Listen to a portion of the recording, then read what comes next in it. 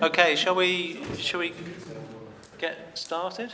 We definitely live and filming. Yeah. Okay, excellent. Let's get started then. So welcome everybody to the Merton CCG governing body meeting. I've got apologies from Sam Page and Josh Potter.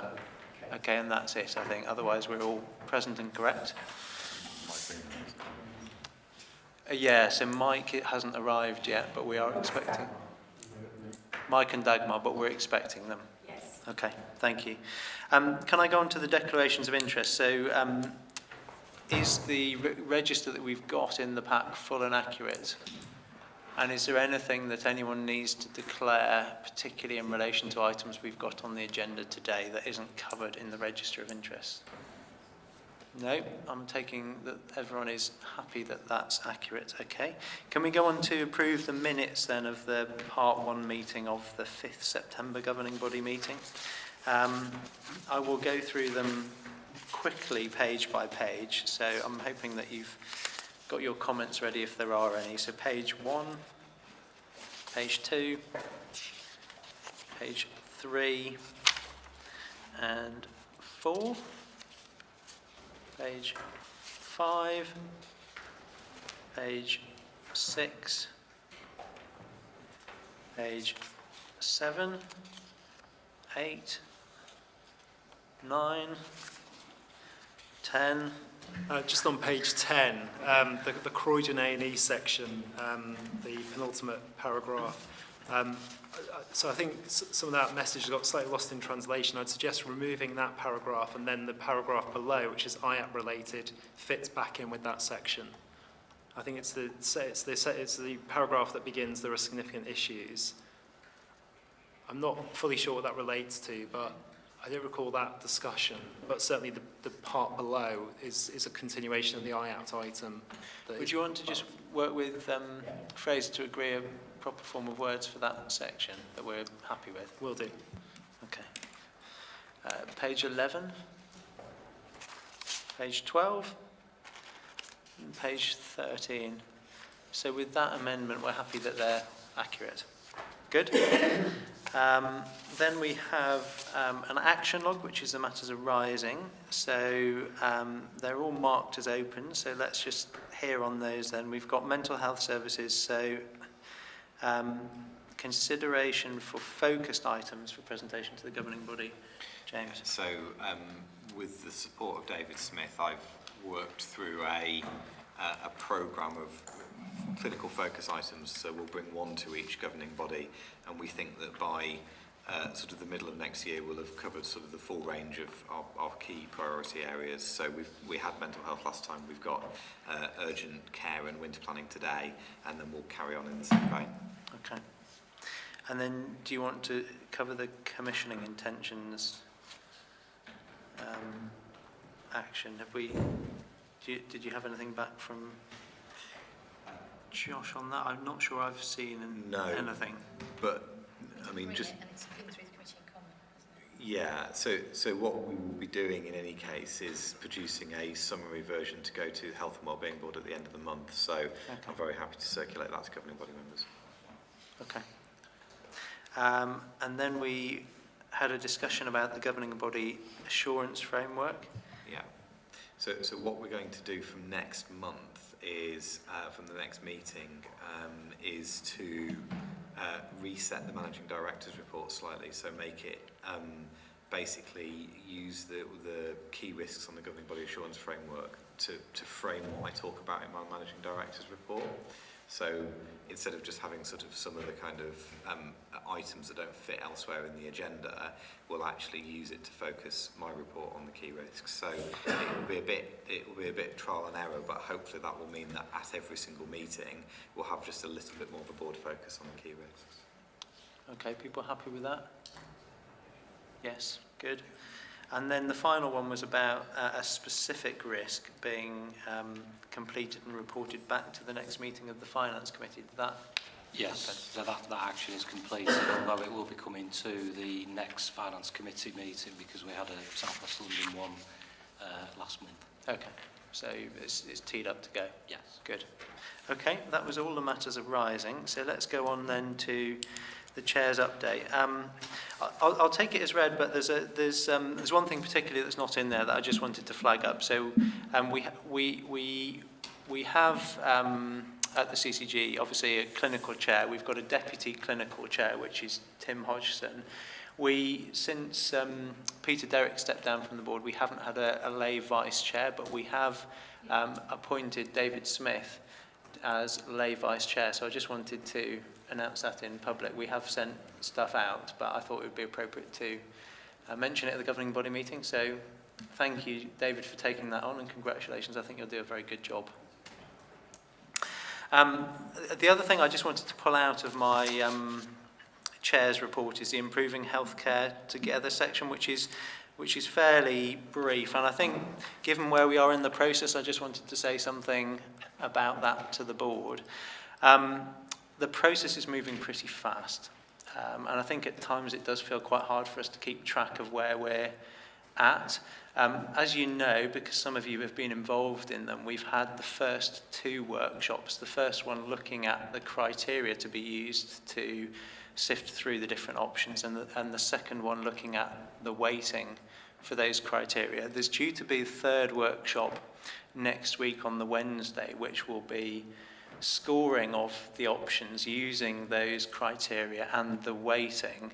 It doesn't include finance. It's looking particularly at the merits and deficiencies of the different options in relation to criteria such as clinical benefits, travel times, and deprivation. And I think, I mean, to me, it seems like the approach taken is very good, actually, in terms of getting independent people involved and blinding each group from each other so that it's really done in quite a fair and balanced way. I think the concern that James and I have, though, is knowing how important to Merton councillors, particularly the issue of deprivation, is in Merton, and having had the deprivation impact analysis published, but not really having had the opportunity to sift through that. Some of the further actions from the deprivation impact study are going to be picked up in the integrated impact assessment, but I think we both feel that before we go into the scoring workshop, given how important it is in Merton, we need an opportunity to really scrutinise that and to ask the right questions so that we're confident when it comes to scoring we've properly taken that into account. So what I'm proposing is that we convene a meeting probably on Tuesday early evening next week, where James and I will be there, probably Sarah, certainly Andrew, who's the programme director, and at least one of the authors of the report, and we will invite representatives from Merton Council to come to that again, and we'll actually just make sure we're spending the time to go through that in detail and answer some of the questions and queries that come from it, so that we feel that we're in a position at the scoring workshop to give that proper consideration. So that's what I'm proposing, and we've had conversations about that. So if anyone wants to join that meeting, you'd be most welcome. So that's really, that's what I wanted to say in addition to what sits in my chair's update. Did anyone have any questions on any of the other content? No? Okay. So I'll go on to James, to you for your Managing Director's update. Yes, and apologies to colleagues who might think that I'm staring at multiple phones. It's because my IT has chosen to take a break at the worst possible moment. So I am going to take a piece of paper proffered by the chair and carry on. I mean, I'll take the report as read. I think those of you who've had the opportunity to visit the office will know that that's a real step forward for us, in that we've got all of our staff working together now, so that's really positive. The area that I will talk a little bit about, I mean, John will talk about it in the performance report, but there's always a lag in terms of our metric reporting around it, psychological therapies. So I did just want to highlight, beyond what's in the performance report, where we stood at the end of September in particular, and also the performance that we saw in October. So people will be aware that our commitment to NHS England was to exit Q2 at the run rate for the number of people accessing psychological therapies that is in line with the national standard. And this national standard is basically that about 17% of the people in the CCG area with anxiety and depression start treatment in a psychological therapist service every year.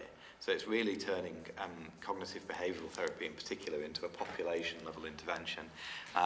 In September, we got to a run rate of 4.18%. Against the quarterly standard of 4.2. So we basically got there. We were a couple of patients short. And this represents more than a doubling in the access rate since we started to look at this area. So we've had a slight dip at the start of October, but actually in the second half of October, we've recovered and indeed actually exceeded even that run rate. So and there was a meeting that I wasn't able to attend on Monday, but I understand there was a sense from NHS England that they were much more assured now about our grip and our performance. So I just wanted to give the governing body that information, because that's been obviously the key performance standard for which rightly we've been under scrutiny recently. So I think that's really positive. Happy to take any questions. Thank you, James. Any questions for James on that? No? So, Sarah, over to you for the Accountable Officer update. Thank you very much. So firstly, yes, I was at that meeting on Monday and it was very positive. So I think we need to, but also recognising that we still want to keep a grip on that, because even though we've improved, we don't want that to go the wrong way. So so we are watching that. So when I came back from holiday, I've attended a couple of national meetings which have been really helpful in trying to understand what the new forward view plan for the NHS will be. So we're expecting that to be published end of November, but I think it may be the beginning of December before we actually get that. But it does support the work that we have done at South West London level around the refresh of our STP, and I think the strength of us developing our local health and care plans is where we will have that is the direction of travel nationally as well. So I think that's really positive. I also met with the chairs in the Health and Wellbeing Board chairs across South West London, and we had a really good meeting where the Health and Wellbeing Board chairs were positively engaged with the local health and care plans and wanting to take a real leadership role in developing those and delivering them going forward. So I just wanted to give some assurance that I think what we're doing is the right things based on what's coming out nationally, that we're not going to be, although nationally we have been told we will have to have new plans by summer next year for STPs or ICSs as they will be in the future, we do not think that moves us away from the direction that we are taking. So we think what we are doing now is the right thing, and that we will achieve the national requirement through doing the work that we're currently doing. So we will await that, and we also await some planning guidance which we expect to get probably Christmas Eve, which is when we usually get it. But there's also lots of discussion, and you may see it in the NHS press, around allocations and money and impacts of changes on London, particularly around things like market forces factor, which is very technical, but I'm sure that Neil can explain that later if anyone's that interested. So we will receive all of that information at the end of December, which will allow us to plan through into next year. So I feel like it's going to be very busy over the next few months, I think is what I'm saying. Thank you, Sarah. So any questions for Sarah on any of that content? No? Thank you, Sarah. So let's go on to the first main item on the agenda, which is our key focus, which is urgent care and winter planning. John, over to you. Thank you, Chair. I'm planning to introduce the item, then colleagues will contribute and introduce themselves in a moment. We've, over the last few years, had a ever-expanding requirement around winter planning, both in terms of setting out our best set predictions of what the winter will require of us in terms of ensuring resilience, operational resilience at our various acute trusts, and ensuring that all system partners, primary care, social care and community providers are able to respond to winter pressures. Sean Stoneham, who will speak in a moment, has led an extensive piece of work over the last few months, learning lessons from last winter and setting out a very comprehensive winter plan for the coming winter. In parallel, my team have continued the usual business as usual performance scrutiny of the A&E performance at St George's. And although continuing to track below the 95%, the performance is very stable, is changing little month to month, and the issues that are driving the sub-target performance are well known and are largely addressed through a 15-point improvement plan, which I've mentioned in previous governing body meetings and which is partway through delivery. So, notwithstanding the comprehensive update you're about to receive around winter planning, we continue to look at what the Trust are doing operationally to give them the best possible chance each week of delivering, and indeed each day, delivering against the 95% standard. There's a huge amount of work going on at the moment, changing the department from a paper-based system into what's been called Paper Light, which provides the clinicians in ED with fewer pieces of administrative work to complete on each shift. They're also looking further at some staffing gaps, bed occupancy rates, and the relative impact of shift leadership in each of the ED shifts to look at when they have successful days above target and those days when they're below target. But I think overall, in terms of current performance and relative to other trusts in London and nationally, St George's are doing very well and are stable in what they're doing. I'm about to hand over to Sean, who will update you on the work that's taken place to date with both St George's and a range of system partners on planning for winter to make sure we've got the best possible setup going into this winter. Hi, so for those of you who don't know me, my name's Sean Stone. I'm the Director of System Resilience and Transformation, and I administrate the Wandsworth and Merton Emergency Care Delivery Board. I think, as John was saying, the overriding message really is that we're probably the most prepared we have been across St George's Hospital and the wider sister partners. And the slides that you've got today are part of a much bigger, comprehensive system winter plan. And it is the culmination really of a huge amount of effort across all system partners, backed up by significant modelling and analysis, which is following the process that we've been going through via several work streams since the end of last winter. So from the slide you'll see that the Merton and Wandsworth communication programme is now the most sophisticated that we've had, and it's been targeting patient cohorts based on the local issues that we've identified. And for Merton and Wandsworth, that's around working age adults and flu immunisation jabs for under 4s. The comms team undertook an audit in a St George's ED, essentially asking working age adults why they'd attended ED, and there was some learning that came out of that, which was particularly around patient education and improving the 111 process. We've repeated the demand and capacity modelling that we did last year, and we've refreshed that several times throughout the year, and that gives us month-by-month analysis around the bed position by specialty and month. And from that we can see that we'll be in the tightest bed position in January and February, and particularly around the medicine specialty.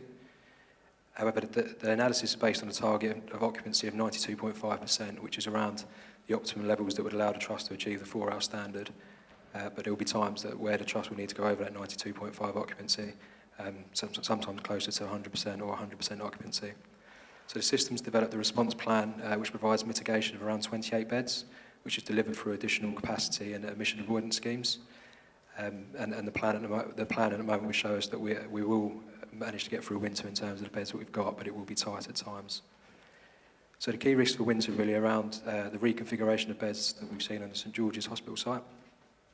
There's also been changes to the services in the market in both the community and the social care sectors.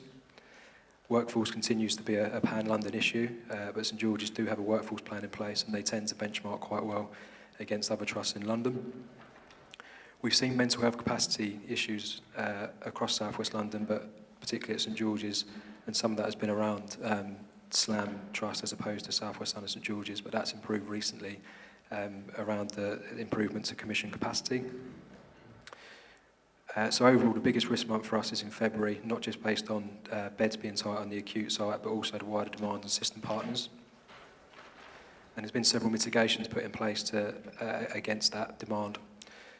So throughout the year, St George's and system partners have made significant efficiency improvements, and a lot of that has come through the expansion of the ambulatory emergency care pathways, as well as the improved discharge processes, both internal at St George's and external.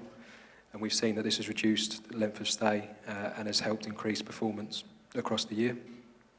And St George's go into this winter in performing better at this point of the year than what they were last year. The Trust have improved their escalation processes and actually implemented some of last year's winter schemes and made those business as usual, and the opening of the discharge lounge is an example of that.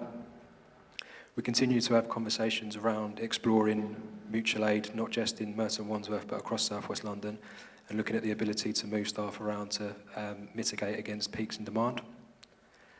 St George's have improved or doubling their points of care flu testing in the ED, which not only mitigates against bed loss, but also helps improve their flow. And there's work underway to ensure that the £2 million of social care winter funding that's been made available is used in the most beneficial way. So I think to conclude, it's to say that we're the most prepared that we have been as a system through the planning and engagement process, and the detailed winter plan has been signed off by the Merton Wandsworth Emergency Care Delivery Board and has been submitted to the regulators today. And I'll hand over now to Annie to present some of the case studies on some of the pathways that have improved since last winter. So, Annie, before you go into the case studies, could you, Sean or John, perhaps just explain for us the reason that it's just focused on St George's? Because I think when we're sitting here thinking about plans for people in Merton for winter, as a board, we'll be thinking, okay, but what about patients who go to Epsom St Helier or other providers, Kingston? So I understand that this is a report that's come out of the Emergency Care Delivery Board that we have across Merton Wandsworth that does just focus on St George's. So I'm presuming that's why it's all about St George's. But how does it fit into our broader thinking around winter for people in Merton? I'll start and I'll hand over to Sean. You're absolutely right. I mean, obviously people operate across the geography of South West London. The way in which winter planning has been done and is being done this year is on a lead commissioner basis, so Merton and Wandsworth working with St George's to make sure we have a credible plan for St George's, colleagues in other South West London CCGs working with their trust. There is then at South West London level a meeting that brings together this entire system and brings those links together. So that is then looked at South West London level. Sean, I don't know if there's anything you want to add about particularly the St Helier and how Kingston and St Helier link into this? Probably just to add that, so wherever the Merton and Wandsworth Emergency Care Delivery Board focuses on St George's and the wider system partners, there's the equivalent processes that happen alongside that. So there's the Kingston and Richmond A&E Delivery Board, and then the Sutton A&E Delivery Board, which is looking at Epsom St Helier. And then John's right, there's the South West London Urgent Emergency Care Transformational Delivery Board, which the governance sits above that and essentially reviews each of the individual A&E Delivery Board plans, and then tries to bring that together at that level. I think that one thing that is worth saying, though, is that while we've got those sort of specific responsibilities, there's a number of things that we're doing with partners who are exclusively within the Borough of Merton that apply to the pathways in and out of all providers. So in particular, the work that we're doing, so we're doing work between Central London Community Healthcare and London Borough of Merton to put in place a single point of access in terms of referrals into bed-based services across both health and social care. Because one of the challenges that all of our acute providers actually have is trying to access multiple streams of support from multiple statutory bodies in terms of CCG commissioned and social care commissioned services. And the aim is to start with the sort of bed-based services that both the council and CCG run, and then expand that model to include non-bed-based home care, reablement, and also to be able to operate on a step-up as well as a step-down capacity as we develop the model over winter. So, we do have a primary responsibility around St George's, but actually through the Merton Health and Care Together work, we're now saying, well, what are the things outside of that responsibility that we need to do with out-of-hospital partners in Merton? So I think that probably more directly feeds into the challenge you were making, which is that the systems and processes we have at borough level have to work for at least 3 acutes. Yeah, thank you. If I just take the comment from you, Tim, then I'll go back to Oni to allow you to carry on with the presentation. Yeah, it's just touching on James. I've just got a live example of the impact of our woodlands closure while we're moving to the new model for the intermediate care beds. And I've got a patient stuck at Kingston at the moment. And it's really the assurance that we've got all the processes moving forward to try and get these. We're early winter, appreciate, but she's stuck and deteriorating in a hospital setting, and we don't seem to be filling that void at the moment. Yeah, it's a really interesting point because, people may be aware that we've had a short-term issue whereby CLCH haven't been able to continue to provide their bed-based capacity, which was previously in Woodlands Nursing Home. Now we are expecting that to come back on stream. The conversation we've had with CLCH is very much that we expect comparable capacity and capability to be provided either via increased home-based intermediate care or via the spot purchasing of beds. And, for the most part, I think that that's happening. The challenge is always with what I'd say are the sort of slightly more outlying hospitals to the borough, in that they may not be aware of how to get patients into the process to make sure that that takes place. And we have had some specific challenges with both health and social care discharges out of Kingston Hospital back into Merton. So if we can get some details of that case, then I think it would be a very helpful test as to, whether our system is working. Ultimately, we should only ever rely on bed-based intermediate care as part of an overall package of support, because, the challenges that you face in terms of getting somebody out of an acute hospital are equal when you're trying to get them out of bed-based intermediate care as well. And we share with CLCH an aspiration to try and move to a home-first model wherever we can. Thanks, James. Oni, do you want to introduce yourself and carry on? Sure. Hi, my name's Ani Gupta. I'm the Clinical Director for Urgent and Unplanned Care for Merton CCG. I'd just like to add a few comments before I start my case study. In terms of winter planning and in terms of joining the dots up, we've also done some work on what we call integrated locality teams. And this combines team-based working. This includes CLCH, it includes the practices through the federations. There are localities that have been set up. There are 4 localities. And this also involves working with the London Borough of Merton. What we are doing here is we have now appointed a coordinator for each locality. And the idea is that they work with all the stakeholders in each locality to try and target the healthcare that is most needed and the care that is most needed for people who are the most frail, the highest risk of admission, and also possibly towards the end of their lives, to try and see what can be done to keep them at their healthiest, especially over the winter, to try and reduce their risk of being admitted into hospital, and also to improve their outcomes. And that's the first bit. The second bit is we are also trying to improve engagement with services like the Merton, it's called the Merit, which basically involves urgent assessment and rapid response to avoid admissions. That involves teams of clinicians who can even go out and see someone at home when that's warranted at fairly short notice, within a few hours. We're also trying to link all of these groups up with enhanced supported discharge processes at hospitals like St. George's and St. Helier to see how we can avoid people going through a revolving door process back into hospital and not only come home sooner, but stay at home longer and reduce their risk of being readmitted. So moving on to my case study. So I would like to talk about the Older People's Assessment and Liaison Service, OPALS, at St. George's. We've noted that, of course, a significantly high proportion of emergency medical admissions to St. George's are older patients. And there has been research showing that this cohort could benefit from geriatrician input. However, the first contact with the geriatrician teams often happen after the patient has been admitted. One of the 2018-19 ambitions set up by NHS Improvement was to provide an acute frailty service in all emergency type 1 departments, and the aim being for OPALS to support an early elderly assessment for frail elderly patients in the emergency department, helping generate a personalized care and support plan therefore speeding up a supported, safe discharge from hospital. At present, the challenges are that OPALS was operating in CDU, which is the clinical decision unit, and AMU, the acute medical unit.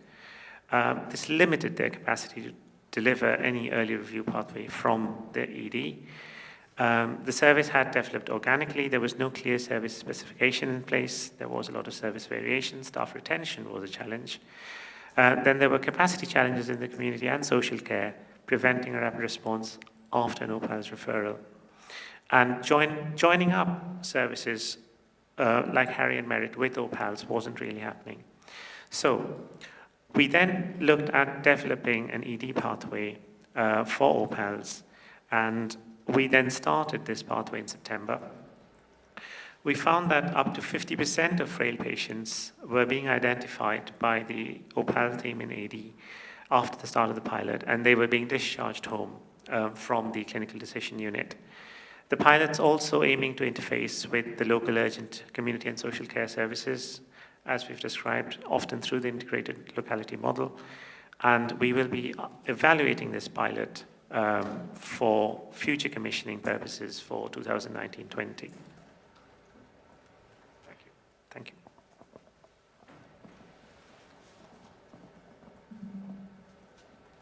Okay.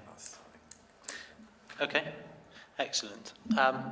Thank you very much. It's good to hear about something concrete like that that's being put in place. It sounds very positive. Shall I open it up to questions and comments from the board? Claire. Thank you. I mean, I really welcome the report and the work that's been done leading up to winter. We feel in a much better place than previously. And I also really value what you've just described as the OPAL, the Older People's Assessment and Liaison Service, and bringing that into emergency department, accessing a lot more people. I've got a couple of questions about the winter pressures. One is, how has the patient voice been heard in the planning? And the other one is about risks. Is one of the risks the accessibility of London Ambulance Service?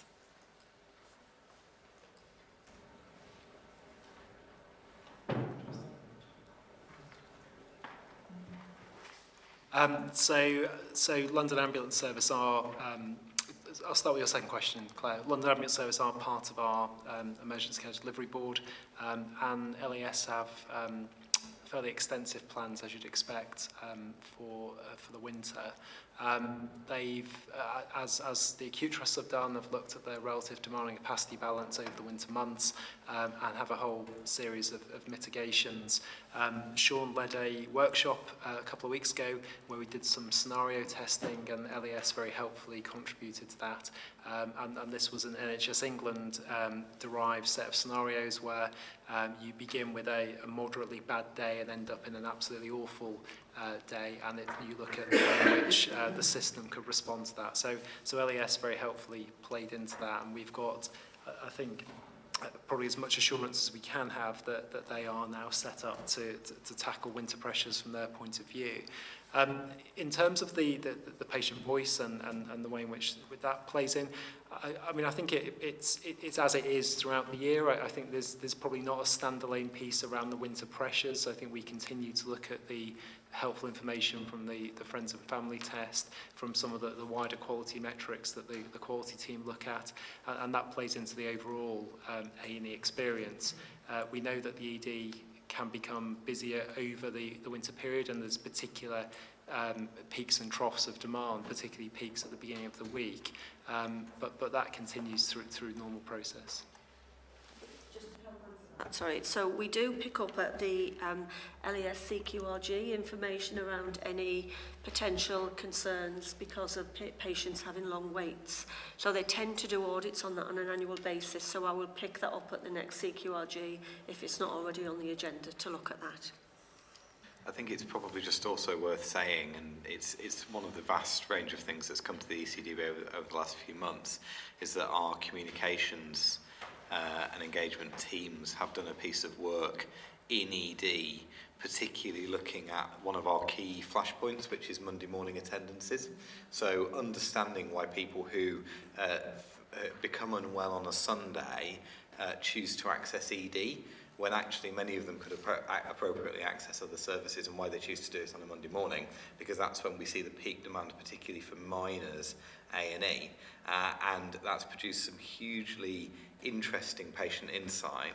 And in particular, what's coming out of that is, as you will be aware, and particularly in the east of the borough, we've got an 8 to 8 GP service available on a Sunday, but there's a long-standing perception that GP services run 9 to 5 Monday to Friday, and so people are reluctant or sometimes find it difficult to access that service through 111, which is the out-of-hours access route as well. So it's given us a really interesting insight into one of our key demand flashpoints, and we're now using that to work with 111 and also do some targeted messaging via social media in particular, to make sure that we communicate other routes of access, like the 8 to 8 service, like pharmacies as well, to areas, to geographical areas where we know a lot of people attend A&E on a Monday morning. And I think that actually that kind of patient insight work that's quite targeted around the demands that we see, you know, if it's successful, that's something that we'll look to expand. So can I just pick up on that then, because one of the questions I had was the slide that talks about winter plan risks. There's a number of risks set out there. I think what you've just described deals with one of the risks on that list, which is there's currently unused capacity in the GP extended access hubs and some of the GP out of hours slots. I guess my question more generally about the risks is, are they just sitting there, or how much have we managed to mitigate those risks, and what does the picture look like once we have strengthened the plan, which is the final risk on the list? So I think, and John and I were talking this morning after the Wandsworth governing body, so I think in terms of looking at all the risks, I think we now have a plan in place to mitigate against all of those risks. So we could go through those one by one, but it's probably a little bit too much detail. But I think, and the last one about the plans need to continue to be strengthened. So I think that's just a reference to the fact that we've got extensive plans, but as we probably all know, plans are just plans, and actually as winter unfolds, we'll need to adapt those. And so, for example, St George's this morning have kind of seen unprecedented demand for this time of year, and so our winter plans are probably kicking in, our escalation plans are kicking in potentially a little bit earlier than what we would have envisaged. So they need to develop like that. But in terms of the detailed plan, I think all of these risks are mitigated against, and have a plan against those. So I think we all know that winter is a risk for us in the health service. I think that we are well planned for this winter, which is really good. I don't think we can ever mitigate totally all the risk that is there. And if we have something like a flu epidemic, or we have, you know, an unexpected cold snap that we don't have the capacity to deal with, then obviously we would then have to look at how do we mitigate against that. So I think what would be helpful for the governing body, because I don't think we can always fully mitigate the risk at this point in the year, is to get regular updates of where we are throughout the winter period, because I don't think this is going to go away. I don't think the risk is going to go away, and I don't think we can mitigate all the risk at this point in the year. So I think it would be helpful for us to keep a really good eye on this and make sure that we're aware of what's going on within the whole of the system.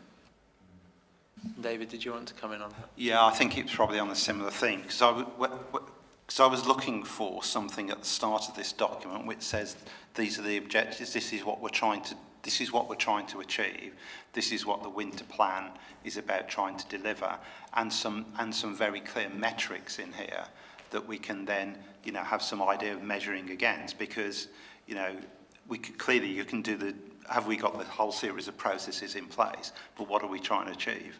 And I think it's the point that Sarah's just made, because we're not going to mitigate every risk 100%, but then where's our threshold? So I think it'd just be very helpful. I mean, there's a statement in here, isn't there, on the introduction, which talks about to ensure the population receives system-wide effective, safe, timely care. Great statement, but I do think it needs to be, so what's a measurement? So when we look at the plan, say in January, we've got some idea against what are we measuring against, and I think that just needs to be fleshed out in here. Yeah, I mean, I think that part of the challenge is that we've probably brought quite a summary presentation here today of a 140-page winter plan, and actually one of the things that we might circulate to the governing body, because I think there's always a balance in terms of providing lots of data and not necessarily all that much useful information, is the very comprehensive system, sort of lean process dashboard that the ECDB uses to track the various different metrics in terms of admitted and non-admitted volumes, in terms of conveyance types, etc., to have a look and really understand at quite a forensic level of detail the different pressures in the system and how they're impacting on performance. So I think that it's helpful feedback to say, you know, that some of the kind of objectives of this wasn't clear. I think some of it is in the attempt to boil it down to a conversation with the governing body. We've probably lost a little bit of that richness, which we're very happy to circulate that. Okay, so I just flag up that we're being asked to note the content of the paper, but also to confirm that the approach to planning is fit for purpose. So are there any questions or comments people have thinking about the paper in that context, or are you ready to confirm that? Sarah, what did you want to say? I think we should take assurance that the Urgent Emergency Care Board has done that, rather than, because I don't think we can do that based on what we have here. I think we would need the full plan to say yes, it's absolutely fit for purpose. So I think we're taking assurances from the Urgent Emergency Care Board that it is, and actually our plans will be assessed by our regulators as well, so they'll be submitted and assessed by the regulators. So we will also get that feedback, I'm sure, so we'll be able to look at it on that basis. I think it still stands that we need to bring it back for regular review to make sure that we are where we think we are and we don't have any issues that we need to deal with. Okay, so I think what we'll say is we've noted it and discussed it, and what we've asked for as an action arising really is to do just that, which is to keep it monitored during the winter. Okay, thank you very much. Let's go on now to the strategy and planning item, which is the Health and Care Partnership update. Sarah, over to you. So this is the second update that we've brought to the governing body, and we're still happy to take feedback on kind of the level of content. We were asked to make it nice and brief and to just focus on a few areas, so we've tried to do that. I'm not going to read it out, but what I am going to do is bring your attention to two areas that I think are really positive. In fact, now I'm going to bring your attention to three areas that I think are really positive. They're all very positive, but local health and care plans I mentioned earlier on, and I think this just gives you an update of the events that we are doing in each of the boroughs, and I know that we are doing one in Merton on the 21st of November, is my belief. So that will be taking place, and again, hopefully we will be bringing back the fuller plan at a future date to the Merton governing body, so you will be able to see that. The one thing that I did want to definitely bring your attention to was the children and young people mental health, and for a number of reasons. Number one, because we identified this as a priority across South West London. I think before nationally they had identified it as a priority. It is one of those areas where everyone we speak to in South West London agrees we should be doing this. Andrew, I think, actually should be talking about it, because Andrew has led this piece of work, and brilliantly, can I say, and the work across South West London is really going to make a difference for our young people. Now, we have put a bid in for to be first wave, and I think they're calling them trailblazers, for national monies to support this in 3 boroughs, which includes Merton. We are really hopeful that we will be successful in that, and we hope to hear about that shortly. However, regardless of that money coming through, we've agreed that we need to do this across South West London. So we've agreed to move forwards and to do this across all 6 boroughs. Before I actually, because I'll put Andrew on the spot, before I actually move on to my next point, did you want to say anything on the children and people? I mean, I guess what I would say, just to expand on what you've said, is what we have agreed, and we've agreed through the Finance Committee in common to fund it, is the work in each borough, which is getting clusters of schools together to pilot the whole school approach, and a number of other schemes that will support that approach that will apply to every child across South West London. And then the Trailblazer bid for Merton, Sutton and Wandsworth really builds on that platform and will mean that we have an even more comprehensive response in those boroughs. So I think it's really exciting that not only have we got the plans, but we've made the financial commitment to make it happen, and that if the Trailblazer is successful, it will take it to a different level, which particularly for Merton is really, really encouraging. So we'll bring you more on that as we move forward, but a really positive thing for South West London. The other area that I just wanted to bring your attention to was the workforce priorities that we've started to work on across South West London. And if you just look at the bullet points there, we're doing a number of pieces of work, but two of those that I'll talk to you about. One is the South West London Academy, so that we can actually support young people locally to go into apprenticeships in the NHS, and that we can actually benefit as an NHS from the apprenticeship levy across South West London. So we want to make sure that we support young people into careers in the NHS, and we encourage that going forward. So that's one area, and we're doing that with all the organisations in South West London. The other one was the employment passport, which we've agreed with the acute providers, but actually have been challenged in other governing bodies that we should be doing this across all organisations, including primary care, which I think is more complex. But yes, I think that's right. We should be, and we should take that back. But the idea being that if you work in one of our hospitals and you leave and you go and work in another hospital, you don't have to redo all your mandatory training and all your assessments. And actually, you know, that's a much easier way of working. It encourages people to stay in South West London, and we want to support our staff, and we want to make South West London a great place to work, and that's ideally what we would like to do, and to attract people into South West London to work with us. So there's a number of pieces of work that we're working on, and we are working with all of the providers and the local authorities to see what we can do together to make this worthwhile. So I was just going to stop there. Everything else that you've got on there is happening, and we're also happy to talk about anything else South West London wide that people have questions on. Claire, I'll go to you. First question is, when will we hear about the Trailblazers? And the second one was about the South West London Academy. What sort of roles are these apprenticeships going to be covering? So on the first one, I was hoping we were going to hear while I was on holiday, actually. I was told it was going to be on the 14th, and that didn't happen. So we are, no, not the 14th, the 29th, that didn't happen. So we are waiting. So, you know, any day now, I think, is the answer on that. But we are positive that, you know, we hope that we will be successful in that. We've had lots of positive noises from the regulators on that, so we will see. So I can't give you specifics. I can actually find out. My understanding is that we're trying to do it across the whole of the system. So we're looking at, you've got it. Yeah, So it is absolutely. management and clinical. It is, absolutely is. So there are lots of clinical elements to it. So the things that you'd have a healthcare assistant maybe doing, so they can come in and do that kind of work. But also there's clinical roles as well, if they're in more of an acute setting or a primary care setting. And then there's lots and lots of administrative roles which are not clinical.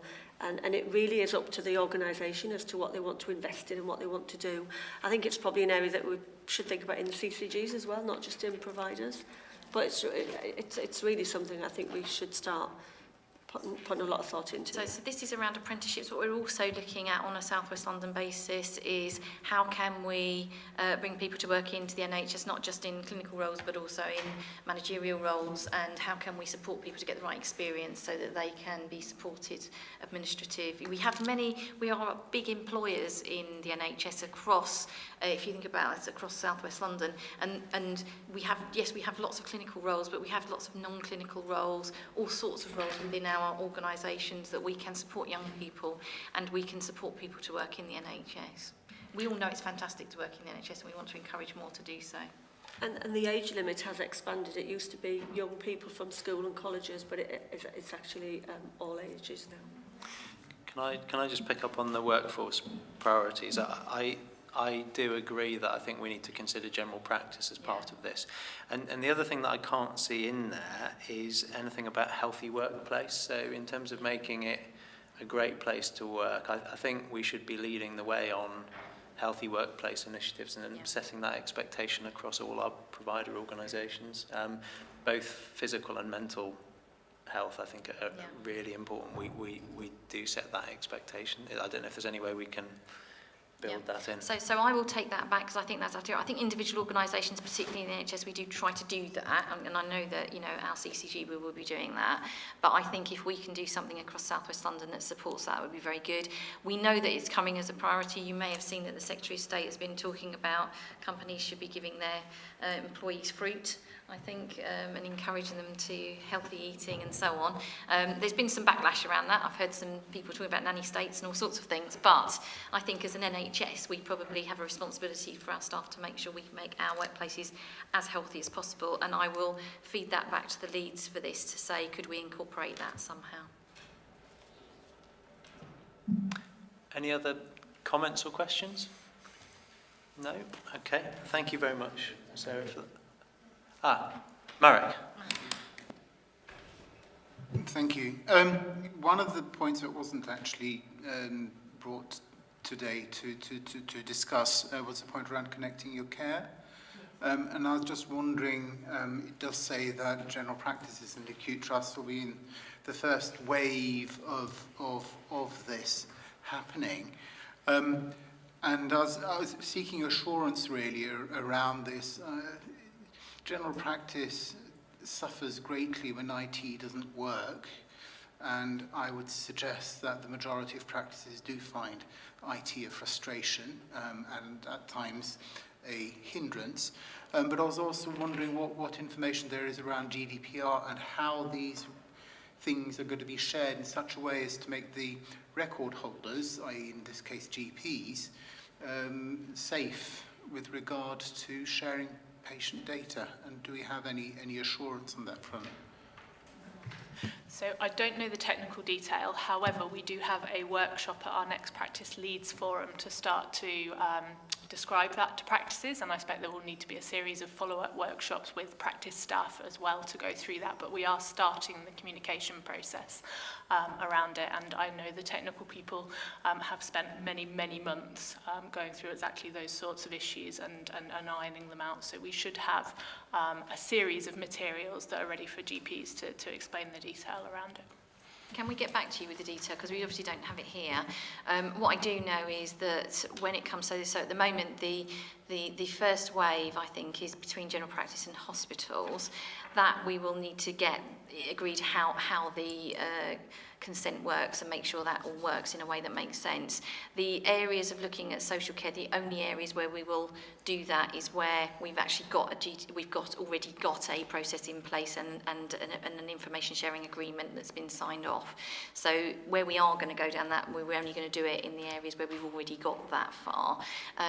There is a lot of national work that's gone on this, so I'm sure the technical detail is out there. So can we get back to you outside of the meeting with it? Yeah, I'm sure it will be in the right place, because this has been done in other areas, and a huge amount of work has been done around the GDPR, but we just don't have it here today.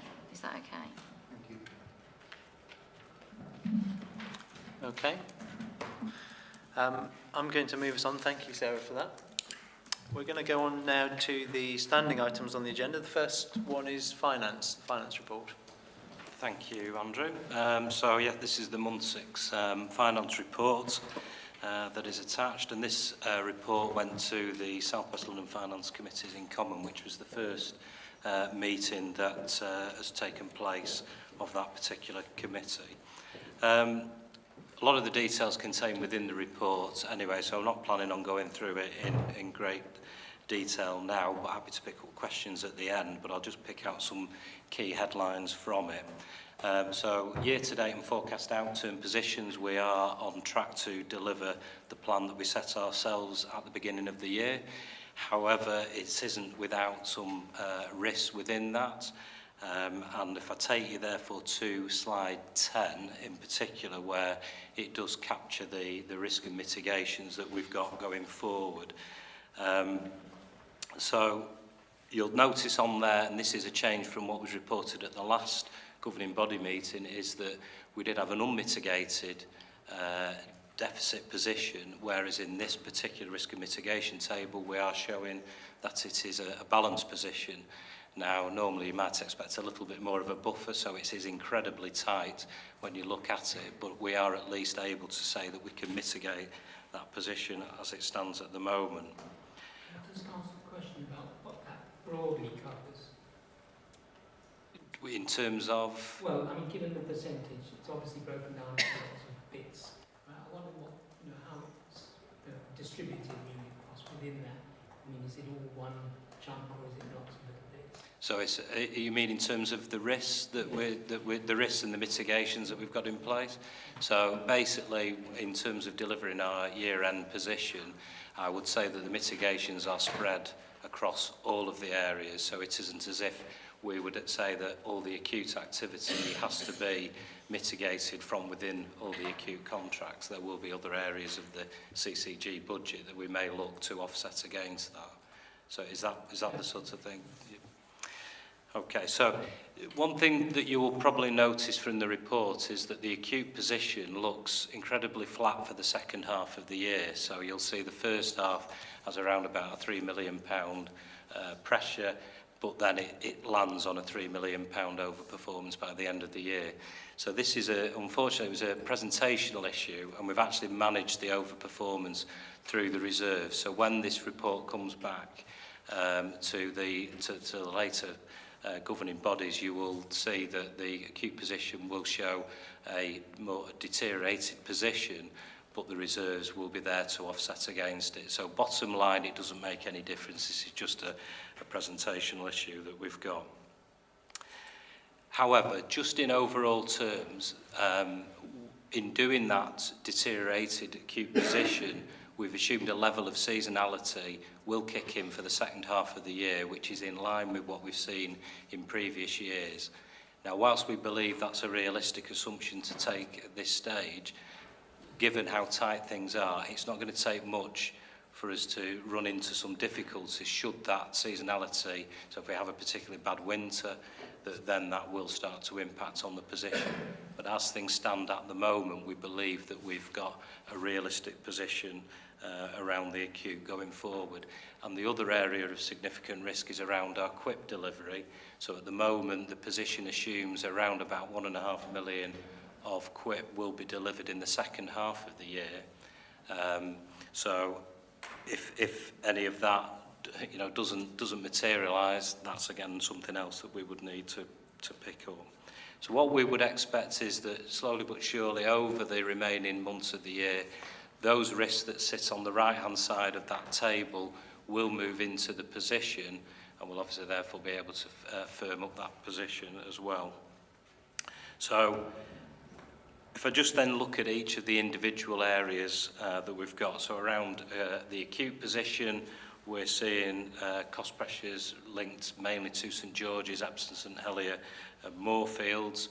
We are pursuing a number of challenges with our providers, so the usual contractual challenges that the commissioning support units are doing on our behalf.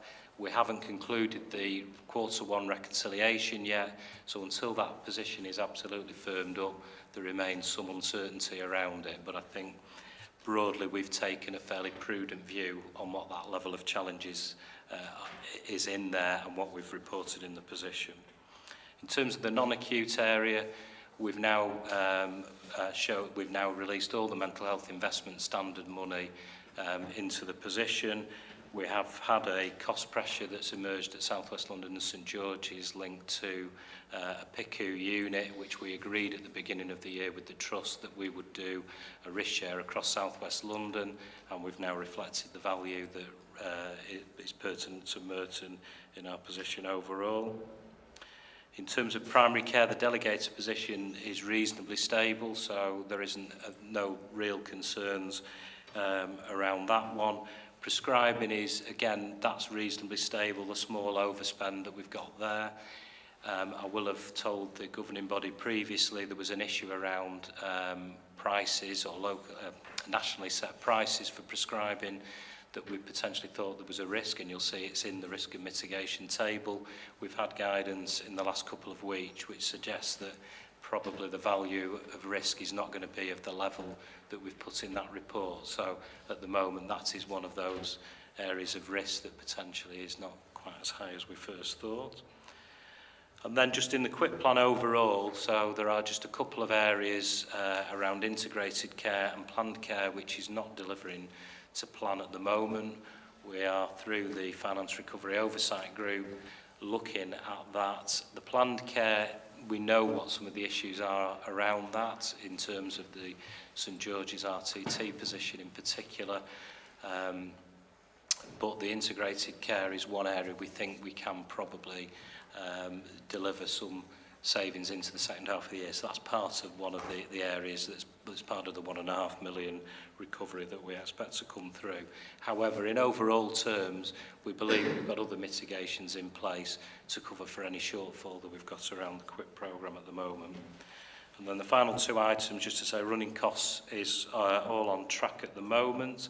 And then in terms of the appendices at the back of the pack, and these are the sort of the balance sheet, the one area I just wanted to pick out was the Better Payments Practice Code, because we weren't delivering on that. This position has improved.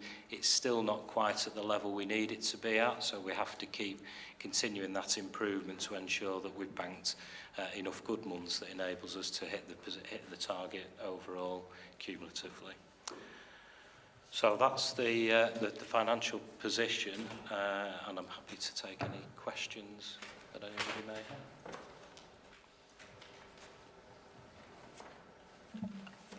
Shall I go into questions? Did you want to say anything first, Nick? I guess just a couple of comments. So we've got the next of our finance committees, the joint one with the committee in common with Wandsworth, in a couple of weeks' time, when we'll have the next set of numbers. I mean, I guess from the board point of view, it's back to the assurance that the board needs to take from the work the finance committee is doing. I think what I would just highlight is really emphasise what Neil has said. That CCG is still on target to deliver the surplus, but there is risk. And then the judgment is around what's the level of that risk, and that's on slide 10. What's the level of risk and the extent to which it is mitigated? Now, at the moment, those risks, I think have been articulated well, and they are covered. But clearly, if we get a big upturn in activity, particularly and as you can see through this, it's the acute activity, which it always is driving this. So if there's a big upturn in acute activity above a particular threshold, then the CCG isn't going to have that covered. So that is the risk that I think everyone, the board is aware of. That is the risk the board is running with. But at the moment, I think we can take confidence. We have got a set of plans here. We'll pick up at the finance committee, particularly this issue around QUIP. I mean, again, I don't think we shouldn't be that unduly worried in terms of what the performance is like, because there are plans. I think, as I keep saying, I want to be clear around. So as of now, so we've got against our QUIP plan of 10 million for the year. How much of that is in the bag? How much have we already got in plan? And then what's the extra that's got to be delivered before the end of the year? It's really important we focus on that. But there are a set of plans. Clearly, there is some risk around that. So we'll do another review in a couple of weeks' time. The other thing and James Murray may want to say something. We've had the first meeting of the committee in common across South West London.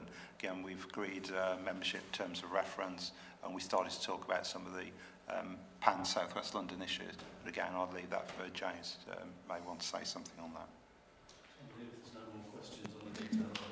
Well, I've got a question then before we go on to that. So my question, Neil, really is around the acute position. So we say that there's particularly pressure on critical care and emergency services. So I guess I just want to know that we understand why that is. And then also on outpatients, it'd be helpful, I think, to understand how much of that is, are we clear what our kind of run rate is on outpatients, and how much of this is the backlog of patients being played back in? And have St George's given us a clear kind of phased position on where that is going to play in through the year, and how are we against what we were modelling?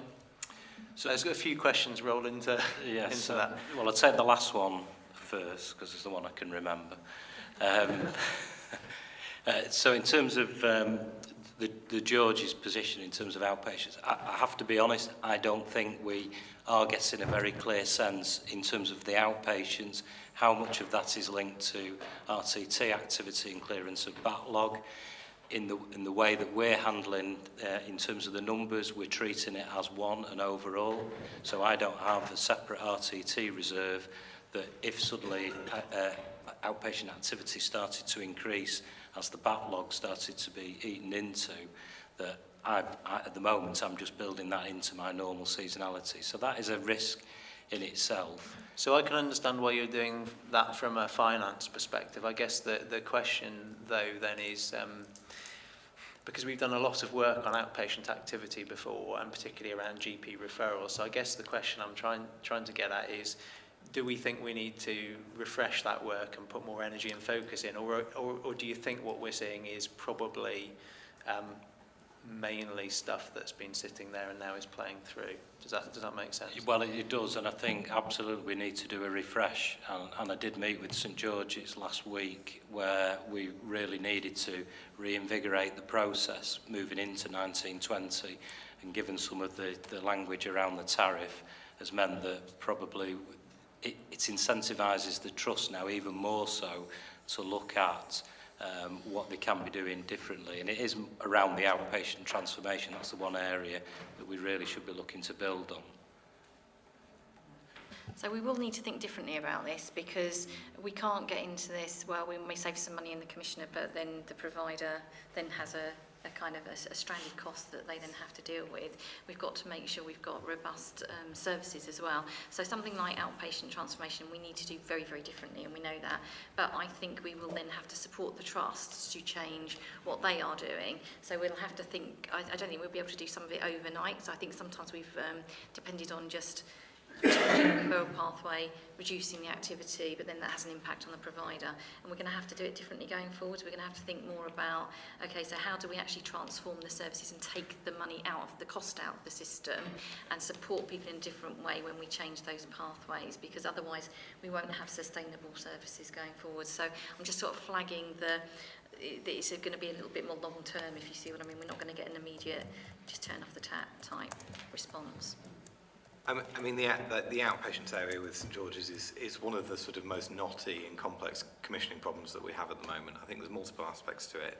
The first is that linked to their reporting issues and their data quality issues, at the moment they haven't been able to give us a really clear idea across all specialties of what capacity and what demand is.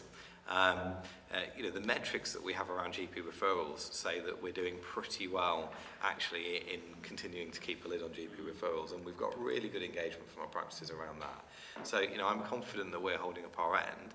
I think there's then two drivers of excess demand. I think the first is where we planned for demand to come down because we were planning to implement some pathway changes in year, and we've not been able to agree and implement those in time. And then I think the second is the backlog catch-up. Now, it is very hard for us to break down what is what, particularly in areas where there's a significant backlog, and we were looking to change the pathway because we focused our areas we want to change the pathway where there is a significant backlog. Sarah's absolutely right. So at the moment, outpatients is an area where under the tariff system we have, it is very significant for organisations in terms of supporting their cost base, in terms of the income that they get.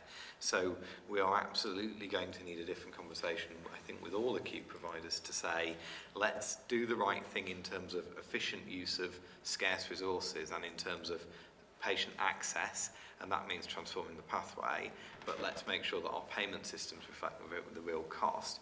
I think the challenge for a provider like St George's is that because of their very significant deficit that they hold at the moment, sometimes they will, the natural incentive on them is to maintain income at tariff. So we've already started the conversations for next year with St George's, which are to say we need a different approach to make sure that you are having your costs covered, but equally we've got the incentives lined up to make sure that we start to deliver transformation, and we know that we need those conversations to progress in order to make this successful.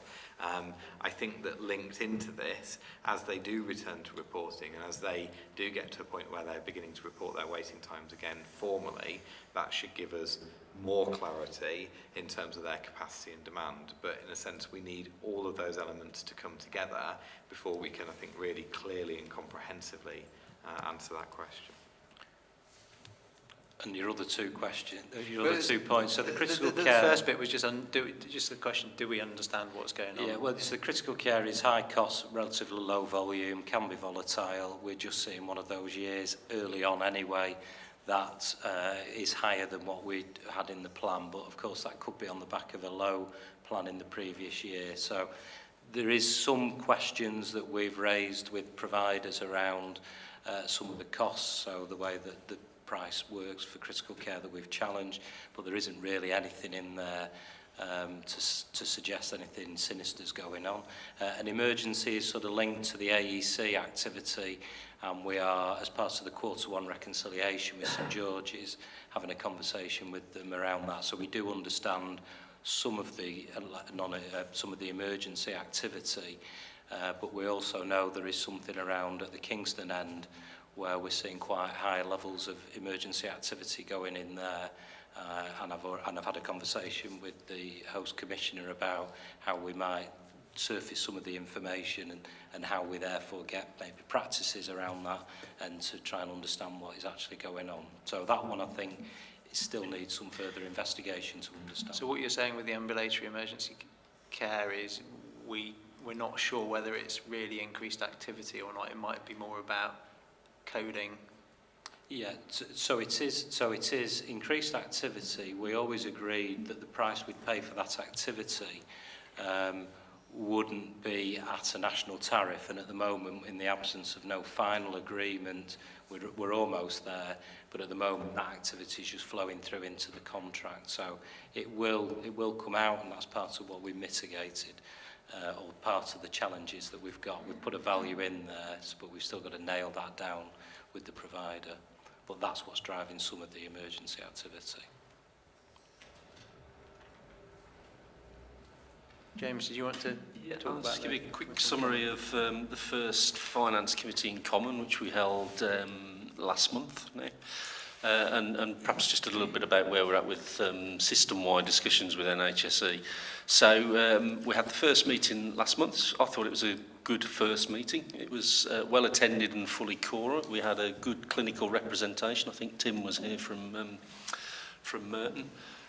Basically, we went through discussions around some of the early messages we're getting through from the planning guidance and tariff guidance around changes to MFF allocations and all those, also the payment mechanisms, which are going to be a challenge for all systems to manage, I think. There's some resource issues, but then how we will work, not just as commissioners, but with our providers, will have to change, I think, from 1920 onwards, and those changes will continue. But we had good discussion around that, but we won't get the full guidance on that till we get the full planning guidance out, so we shall see what happens on that.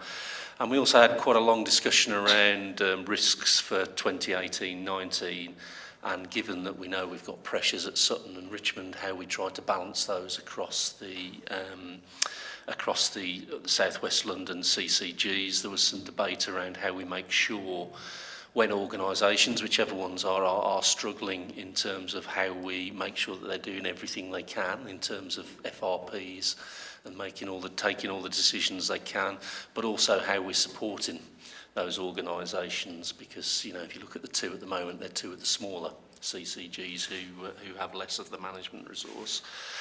So we talked a little bit around that. There's a good frank discussion, I thought, around that. And then we talked about how we balance that and how other CCGs could help through moving their positions, not money, but moving their positions around, and how we'd need to just refresh risk pool arrangements to make sure that if CCGs did that in a particular year, then they'd have access to that money in future years. We also looked at about some of the discussions ongoing with NHSE, but they are still ongoing, so there's not really much to update on that at the moment. But I don't know whether, David, there's anything you want to add, or Tim want to add to that, because they were the two reps from Merton. But I thought overall it was a good meeting.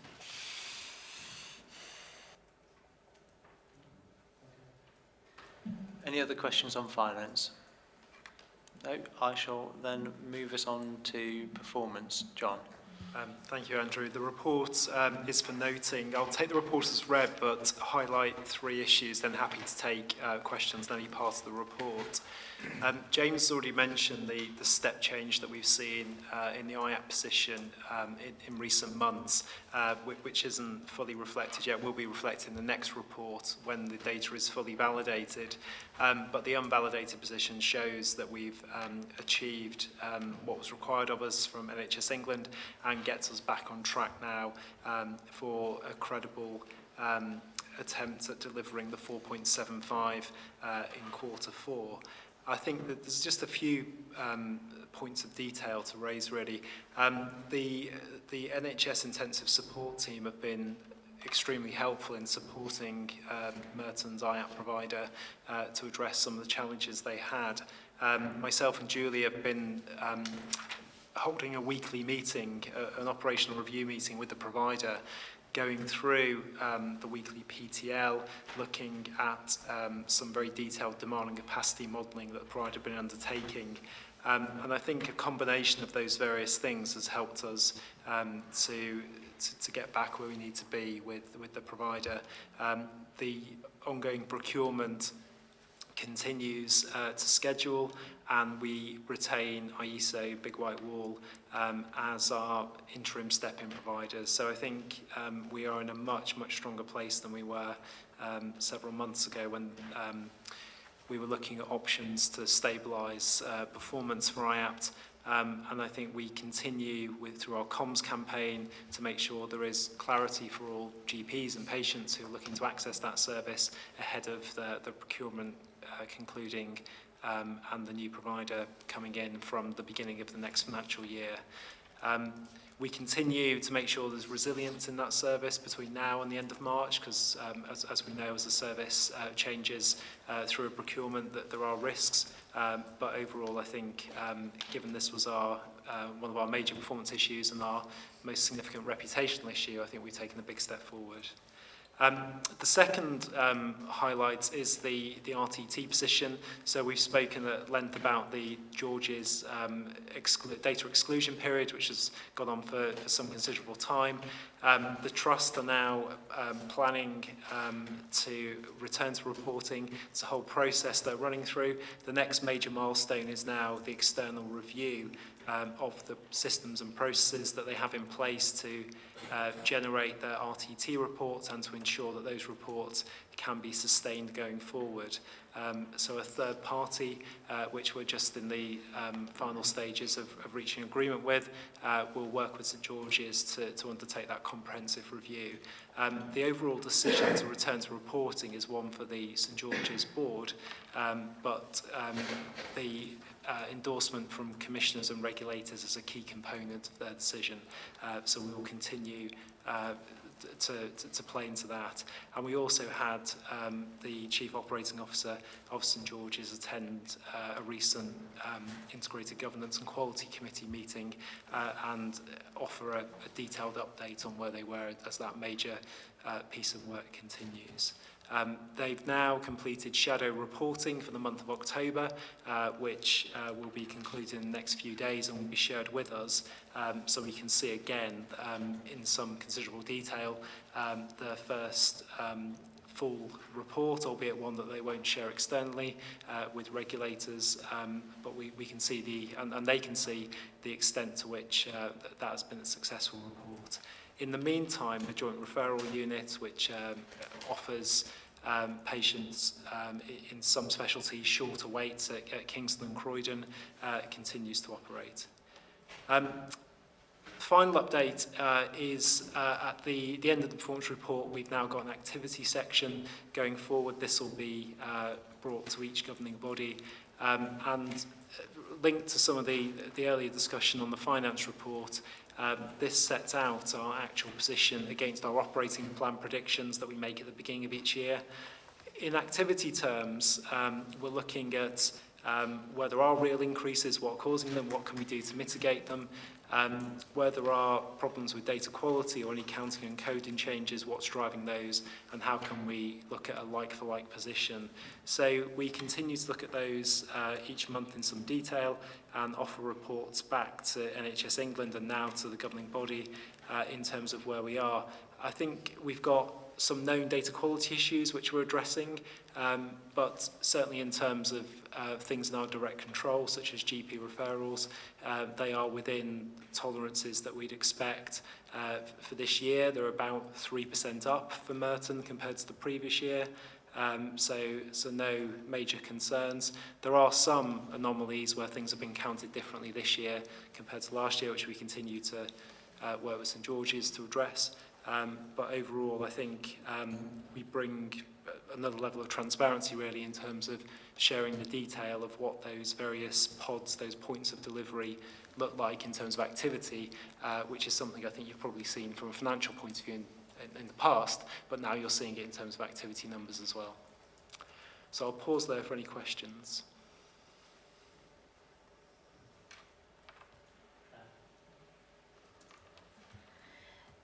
So I'm looking at the delayed transfers of care, and whilst we're doing better than the London average, it sort of feels like maybe we're beginning to slip a bit, and I'm just wondering why that is. The other point I wanted to make was around the RTT, referral to treatment, and Moorfields, wondering what the mitigations are for that deteriorating provision. So let me pick up the DTOC position first. So we've got DTOC escalation meetings each week now with both Merton and Wandsworth. The Merton meeting has been in place for some time. I need to get back to you on the specific reasons why August is worse than June and July, because it has deteriorated, as you say. But in terms of the mechanism we look at each week, on the Thursday morning, we go through all delays with all system partners who've got some role in mitigating detox. And it's already been mentioned, but at the beginning, Georges are under considerable pressure today, and they're on looking at escalation plans today, but detox isn't particularly isn't high. That's not an issue. We are looking at this on a weekly basis. I think we are doing well for detox. I think compared to many other parts of London, but we certainly will keep a watching brief on it. Certainly, given the deterioration in August, the reported August position. The Moorfields position. So Moorfields have slightly deteriorated their position over the course of the year. And again, we can look at the specific reasons that Merton patients are waiting longer at Moorfields. I can get back to you on that. Tim. John, sorry, just a few questions about the IAP, because that's been a bit of a journey, I think, for Claire and anyone who's been in the Clinical Quality Committee for the last 2 years. So the last few months, obviously, with the introduction of IESO and then Big White Wall, quite a lot for GPs to get a handle. There's an awful lot to cover in a consultation when you're trying to give a patient all these options, as well as the existing AdAction, My IAP. What is our clinical support on the procurement process? When is that happening, and what input will our membership have to look at some of the issues that we've been having around IAPT? I look a little bit at Andrew here, as well as our mental health lead, that I presume you're heavily involved in the IAPT procurement, and what is the environment looking like out there of possible credible providers of the service? Because we had a problem before, we priced it, we've had another problem, we've had problems now for 4 or 5 years. What's our hope of this new primary care model and some of the models we've been looking at? I mean, I can certainly tell you that the procurement is on schedule. In terms of those detailed points, though, I need to look at commissioning colleagues or Andrew to give you an update on those points. Yeah, there have been 2 bidders that are reputable that have put in for the case. I don't think I can say who they are, but I think we can say that there are 2 bidders. So I've got clinical input in reviewing those bids. I'm not sure if there are any other clinicians, but there are a lot of people that are reviewing the responses. I think it's fair to say that hopefully with the new services there's been a commitment from Merton CCG, which we can see with funding the extra that we've needed for IAP with IESO and Big White Wall, and the ongoing package is financially reimbursed at a greater level than it has been before. So I hope and expect that we'll see better outcomes on the basis of that. And just feeding back on that, it's just also the launch of this new service, because it's quite a lot for patients to get their heads around all these different options and how we think about the launch of this new service in leading up to March. So I mean, I think there's just coming in on that. Clearly, we've been getting feedback from all corners around our existing IAP service for the duration of this contract, including, I think there's been repeated discussions, feedback at practice leads, forum discussions here as well, and that's all fed into our commissioning team. We've also reflected in that and compared on the experience in neighbouring boroughs in terms of running much more successful models, and actually, the model that we have procured, which has previously been discussed at the governing body here, builds on a very successful model that's been in place in Sutton, and I think part of what's worked well in Sutton is the way that they comms and launched it, and indeed we've had the experience from getting IESO and Big White Wall mobilised in terms of what works well. So I think that there are a number of challenges around it. I think launching any service like this that's new and that requires a significant uptake on day one always has a number of risks, but there's a huge amount of membership and really other feedback, and particularly patient feedback, that's gone into getting to this point. And then as Andrew says, he's got the clinical involvement in terms of the evaluation of the bids about probably best wait till we have an outcome before we say any more. Claire? Just to add that I'm also taking part in the procurement, so yeah, thanks. Excellent, thank you. I will now move us on. We've got reports from committees, which I'll take as noted. I think I'll just give people an opportunity if there's anything you want to ask relating to those notes that you've got. No? Julie, do you want to say something? It's not a question, it's just to say that the work that we're doing with AdAction through the IAP service, we are looking at the quality implications and any harm to patients. So we have been addressing that on our weekly meetings and looking at the processes that they've currently got in place for managing if patients are at risk due to a longer delay than they would expect, and they do have the procedures in place to manage that, but not necessarily for people that are waiting the length of time that they're currently waiting. So we've been talking to them about the things that they can do to get in contact with all patients, because through their escalation process that they've got, it is generally carried out by a clinician. But at the moment, because the waits are long and they're trying to get people booked in, those conversations are being done by by administrative staff. So they are looking at ways in which they can do those calls by the actual therapist, so that they can have a discussion rather than just book an appointment with them. So there's quite a bit of work that we're doing. We're hoping to have the full plan on Friday around that, because some of it fits in with the backlog plan that they've got, because they will have to contact every patient anyway, and it's the best way in which they do that. So we will look at that on Friday, but we'll take the detail to IGQC for the next meeting. But it's just to say it is being addressed. Thank you, Julie. Okay, that's taken us through all the items on the agenda. I've not been notified of any questions in advance in writing, so shall I let me open it up to questions from members of the public who are here, ideally relating to items on the agenda. Has anyone got a question? Have we got a microphone or not? A roving mic? Yeah. Thank you. It was a question about the winter plan. The gentleman, I'm sorry, I don't know his name, who asked what you might measure it against.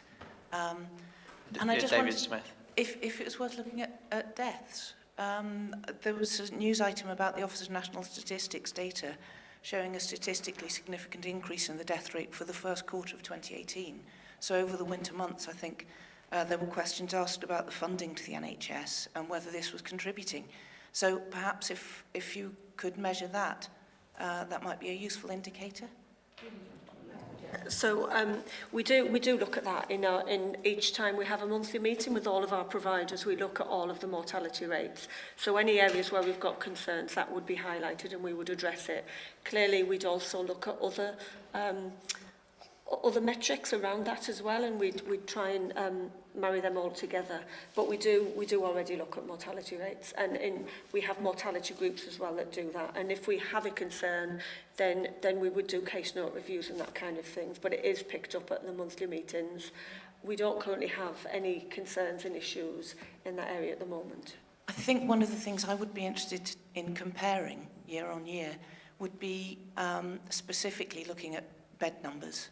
Hospital acute bed numbers, particularly with the proposed plans to change what we're having in southwest London. And the reason I also mention it is that I've been told in conversation with the medical director at St Helier and Epsom that statistically where people are better off when they're treated in hospital, what the statistics are. But what we never see is the people who don't make it to hospital or the people who don't get the ambulance in time. And it's just having somewhere it must be possible to measure what the impact is of cuts. That's really what I'm asking for. So we do look at bed numbers as part of our winter planning. I think Sean did mention that we do demand and capacity, so we do look at the bed numbers and we ensure that all of our plans ensure that based on what we think is going to happen, that we've got the right bed numbers in place. And we had a discussion actually earlier this morning about how full does a hospital have to be that you can actually manage within, and working on a basis of around about 92.5% being ideal. And so we do have all of that work, and that is all part of our winter plan. We're not looking at cuts because we're currently not cutting any beds, so we're not looking at that or assessing that at the moment. But we definitely, as part of the winter plans, we are looking at making sure that we have the right capacity in the right place to meet the demand that we expect. Okay. Mike, can I just let you come in as well? Yeah, so our acute providers will be measuring ambulance turnaround times, and there's a standard of 30 minutes, so handover time from the ambulance staff to the ED staff, and it should be within 30 minutes.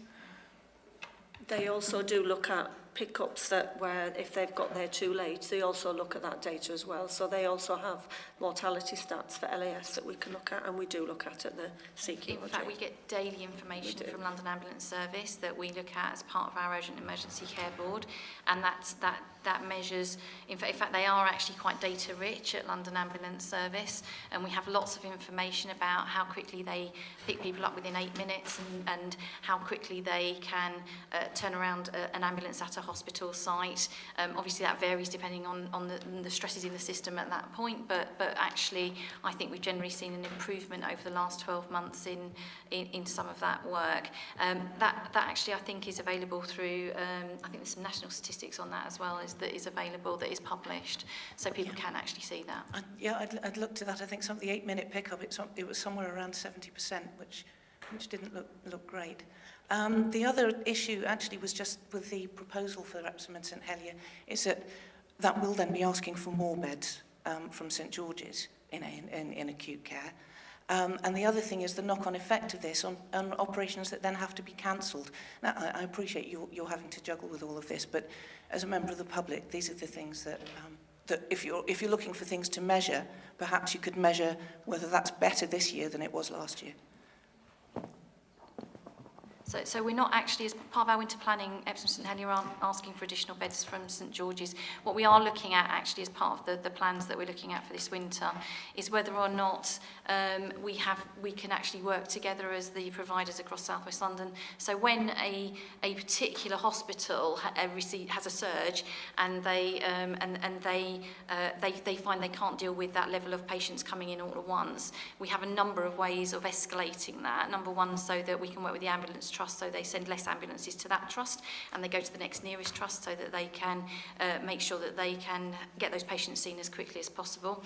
We're also looking at workforce and saying actually when a hospital can't get the workforce, maybe because of sickness or something else, is there more that we could do around mutual support within our hospitals across South West London? So we're looking at all of that as part Can of I that just process. check there, was your question about the here and now and the winter plans for this winter, or were you talking more about what do we think the impact of any future changes might be. I thought you might have been asking that Yes, question. my concern really is to make sure that the measurements, the question, I think it was a good question, you know, how are we measuring this? And it's not that you're anticipating requests from Epsom and St Helier this year, it's that in the proposals, there are specific proposals, depending which site is picked for the single acute service, to have more pressure on the existing remaining acute services. So whatever measures you put in place, or however you measure the impact of this year, it's just seeing how that is going to impact on those requirements going forward. And I do repeat the question I have about how this links up to then cancelling the elective procedures, the pre-planned operations, so many of which had to be cancelled last year. So there's two things. So absolutely, I think that's very helpful. We are looking at what, you know, if we make any changes to services, which we haven't got any plans for at the moment, but if we do, what the impact would be on other providers, and we're doing a piece of work on that to ensure that that is fed into any process that we take forward. So I think that's really important. The bit on electives and cancellation of electives, we don't plan to cancel electives. What we do tend to do in the NHS is we try to manage the demand and capacity so that we can reduce the amount we need to do during the winter months, so that we can ramp up our emergency care services so that we don't have to actually have an impact. Sometimes that is easier in some trusts than others. So Kingston is a really good example of where the way in which they work is very separate, so they can keep those what we call electives, so people that are planned to go in for care, and then non-electives, those that are sort of coming in an unplanned way, very separate. That's not as easy in all trusts, but we do manage through. There are times during the winter when trusts do have to cancel those operations, but we do that in a very managed way. So we don't cancel urgents. We try and keep people coming in where they are needed to be seen immediately, and we have a lot of criteria around ensuring that we don't do that in a way that is putting any patients at risk. So we have done this for many years in the NHS, and that's the way in which we work. Can I just check, does anyone else want to ask a question? Do you want to pass the microphone along? Thank you. There has been some discussion about failure to meet targets, ambulance times, A&E wait times, cancer treatment times. Now, Sarah has said several times you've got no plans for cuts.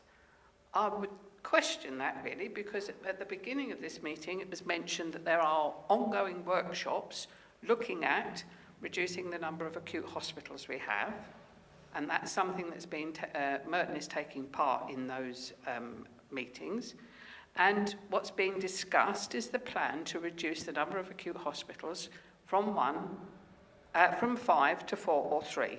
You're talking about taking acute services away from Epsom or St Helier. And in those plans, which have been fleshed out by Epsom and St Helier Trust, there are planned reductions in acute beds, and there is a plan to have 1 acute service instead of the 2 we've got now. I suggest that that would have a severe impact on hospital waiting times, on ambulance times, and on cancer treatment times. At the last CCG meeting I went to, which was in Sutton, a Brave board member said, is it now time to go back to NHS England and demand more money to do the job that you're supposed to be doing? That's looking after the health of the people in this area. I would ask this board to write to NHS England and say that you can't do the job of giving safe healthcare to this area without more money. And I would ask you to publish that letter and let the people in this area see that you see the need for more money so that you don't have to perform these cuts, which are being planned, Sarah, and you know they are, to not have these cuts and not to have us have to lose one of our acute hospitals. Could you, as Merton CCG, please do that? And I am asking the CCG rather than Sarah, because Sarah's already answered that question elsewhere. So, I mean, obviously Sarah is the accountable officer for Merton CCG, so I think the question comes to all of us. But really, I think your question is, are the proposal, or your assertion is that the proposals we're looking at are cuts. Yes. There was also an assertion that the services we're currently responsible for seeing provided for people in Merton are not safe. So I think I'm saying that you're failing to hit the targets and you have continuously hit the targets, and if you make cuts to A, the number of acute beds, and B, the number of sites where they're available, it will impact even further on your ability to meet the targets. So I think what we should probably respond to is the assertion that in this process we're looking at cuts. James, Sarah, do you want to? Okay, so I think first of all, I think it's worth saying that our commitment within the Improving Healthcare Together process in terms of the overall number of beds is that there should be a level transfer in terms of the overall number of beds provided. Now, clearly, what we need to make sure is that the beds are in the place that's most appropriate for people. So if the location of major acute services were to change, then that may mean that some of the beds that are currently there at the moment may need to be provided in a different place. And that would differ as to whether the major acute site was at Sutton, at St Helier or at Epsom, in terms of therefore what the potential impact would be on other providers. What we have committed to do and what we are actively doing is working with those other providers to make sure that under all of those options we're in a position to appropriately mitigate those impacts and make sure that there is a level transfer in terms of the total number of beds available to the system. So I don't think it's correct to say that there will be a reduction in a number of beds under any of the options being discussed for the major acute site. James, I'd go a little bit further than that to say that I think one of the reasons for looking at these options, and in fact one of the things we'll be looking at in terms of criteria, is not about how much worse do these proposals make care for patients, but actually which of the proposals makes care better for patients. And I think we mustn't lose sight of one of the key reasons for trying to consolidate major acute services is because we believe there is a case to consider for whether this actually improves the quality of care that patients are able to access. So that will be one of our key criteria as we look at the different options. Can I just say, you have that we have committed that we'll keep all the hospital sites in this clinical model, which is actually not about cutting, it's about transforming our services so that they are the best they possibly can be for the future. This is about us as a group of commissioners who are fully committed and a group of clinicians who are fully committed to us having really high quality care for our patients and our population. So what we need to do is we need to make sure that we secure really, really good hospital services for our populations for the future. And that's what we're trying to do through this piece of work.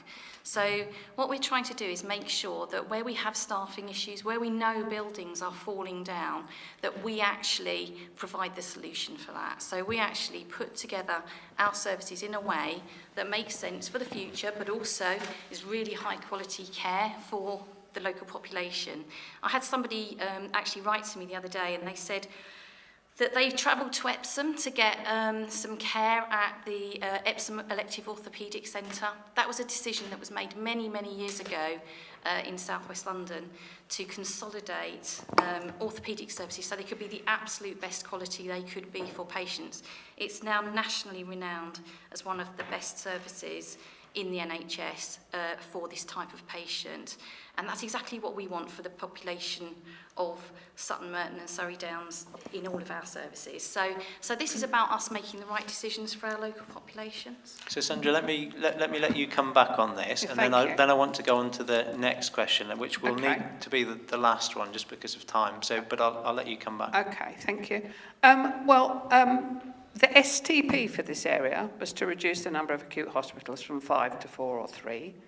The Trust has put forward a plan, Epsom and St Helier Trust has put forward a plan for that. And in their plan, if, for instance, the acute services were moved to Epsom, they would be very much smaller than we've currently got between the two hospitals, and they would have very many fewer beds, and they would serve a much smaller demographic. That is a cut, that is a reduction. And even the biggest option available from the Trust is only 400 beds. When I did a FOI in 2015, I asked how many acute beds there were between the two trusts, and there were 759.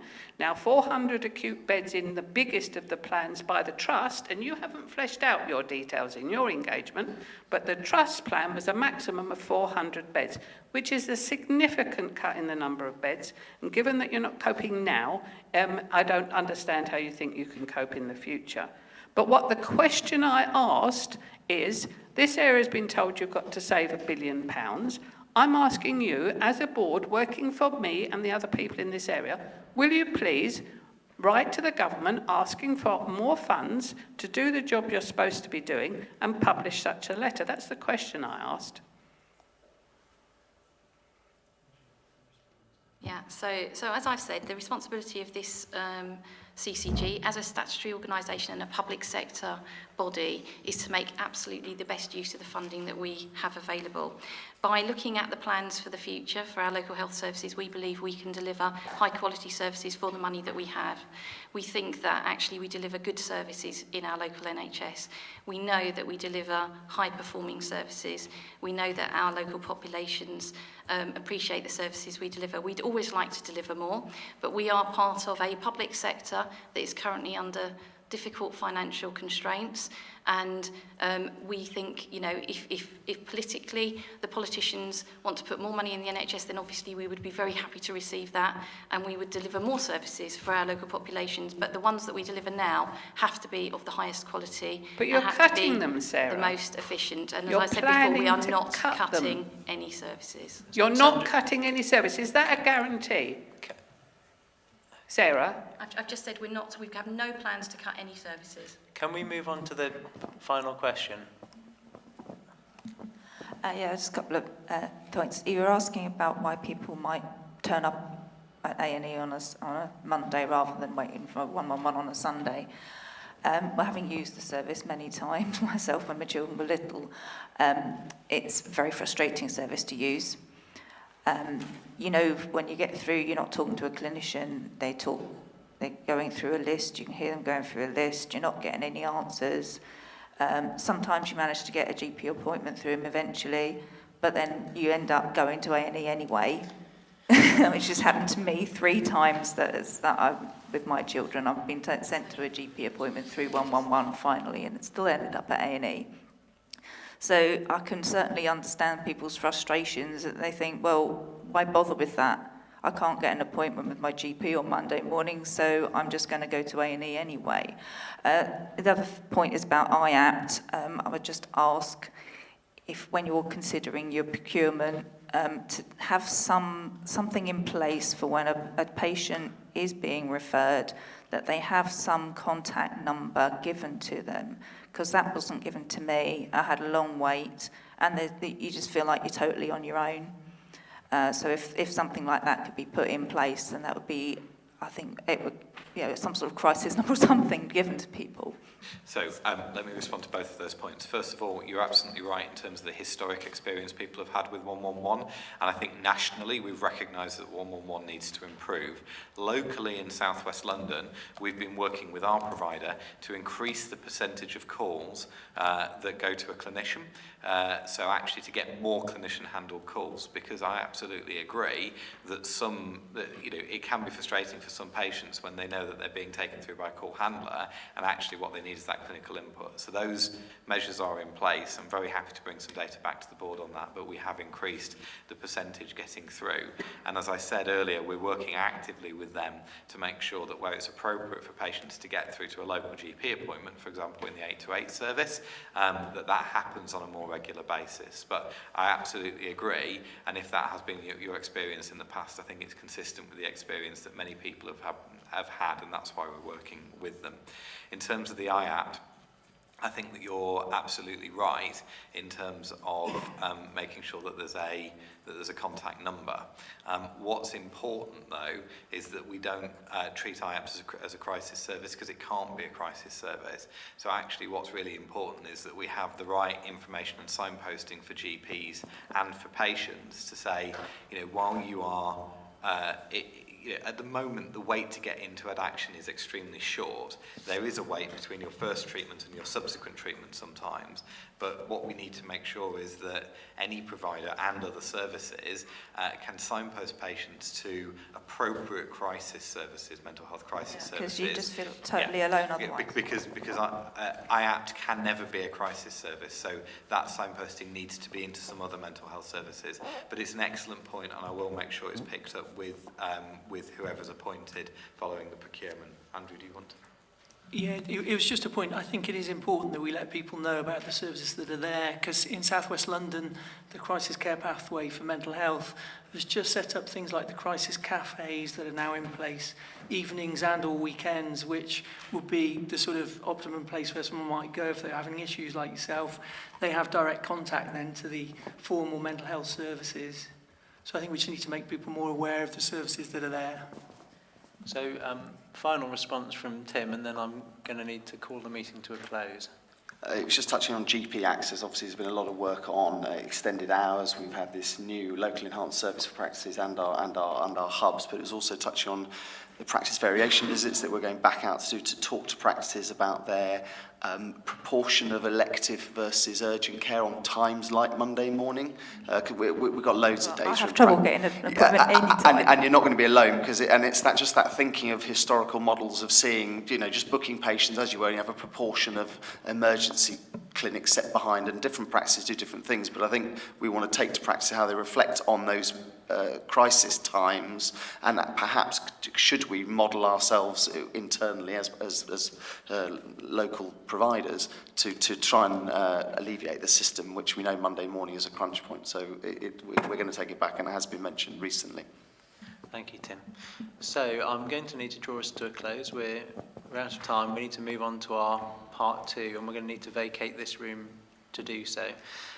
So I haven't been notified of any other business. The date of the next meeting is Wednesday, 5th December, and I'll just draw our part 1 to a close. I think the part 2 is in a meeting, in a room down the hall.